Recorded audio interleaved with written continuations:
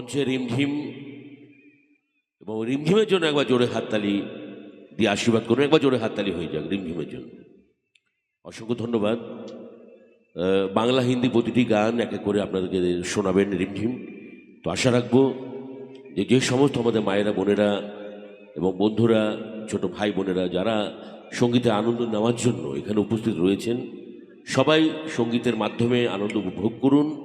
মাঝে মাঝে শিল্পীদের উৎসাহিত রাখার জন্য এবং মিষ্টি হাততালি দিয়েও সহযোগিতা করুন। আসুন, প্রথম সঙ্গীত, প্রথম গান রিমঝিম আপনাদের সকলের জন্য পরিবেশন করছেন।